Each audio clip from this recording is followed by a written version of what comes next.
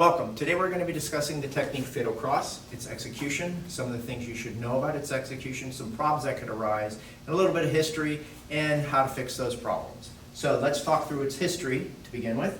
It was originally part of short 3, and if you notice that the themes of short 3 and the 3s in general are applied attacks, or in this case, the next step above that is a minor in flight. So we're going to take advantage of that exception in this technique to do the in-flight minor.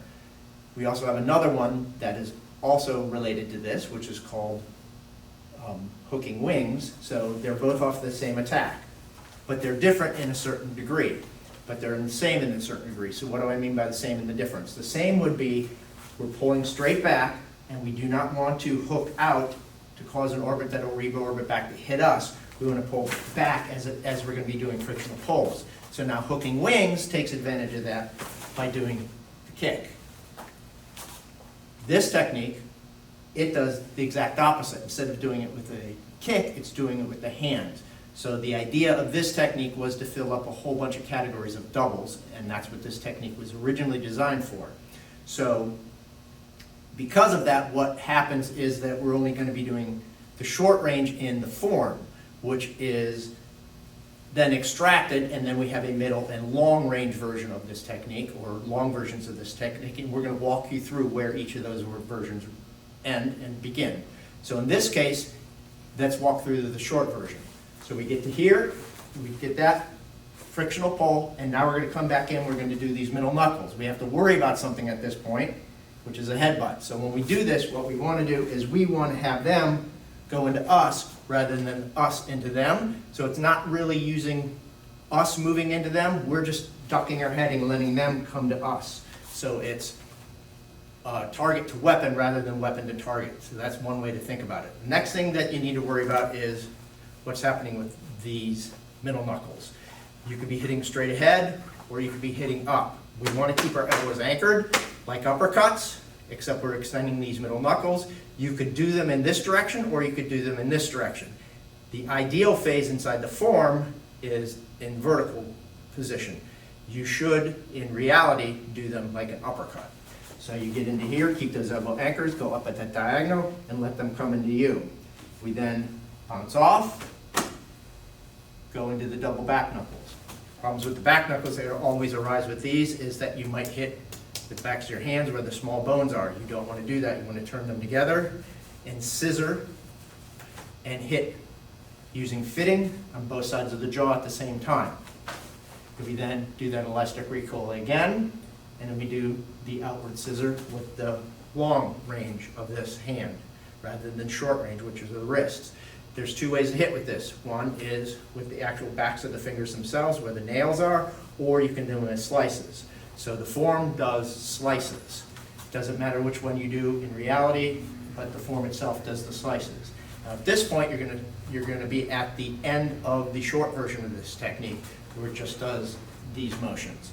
But we're going to go move on to the middle version. The middle version then does a double downward heel palm onto those clavicles, and then does two knees. The left into the groin, the right inward. This is where the middle version would end, and you could cross out and cover from there. But if you've noticed, we started an orbit that we can then take advantage of. So what we want to do here is we want to basically spin this opponent. But there's a problem with that. We have very good lateral muscles on our neck and vertical muscles on our neck, but we don't have very good diagonal muscles. So that what we're going to do is take advantage of that. And what we're going to be doing is pulling down and rotating, not straight across to start that orbit, but down at a diagonal. Very similar to what we do on the opposite side to get the destruction at a downward diagonal. We're going to do the same thing and pull them down.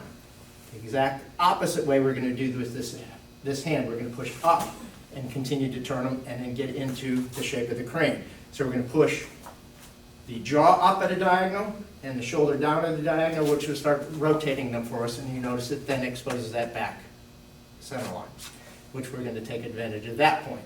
Now, if you also notice, I'm grabbing whatever's available to me because there's a general rule in Kenpo that says always grab or check loose extremities. So I'm grabbing and then checking his arm off with my arm as I get him into this position. Okay?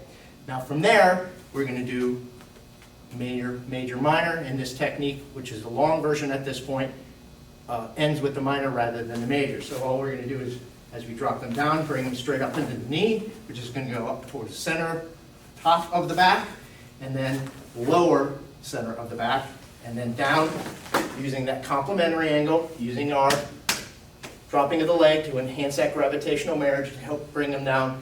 Remember, complementary angle, not out to the side, taking advantage of gravitational marriage and backup mass. Okay, up.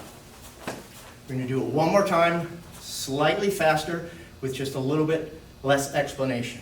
So they're coming in, pull them towards us, do not start an over, that'll re-over back to hit us.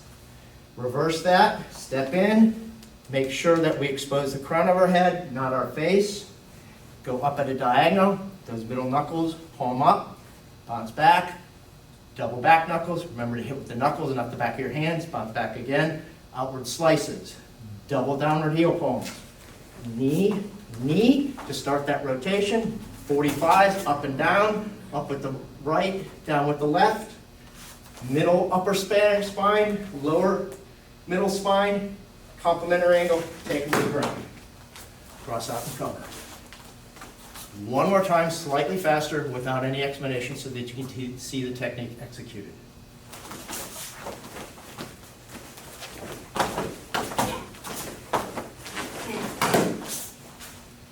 Up.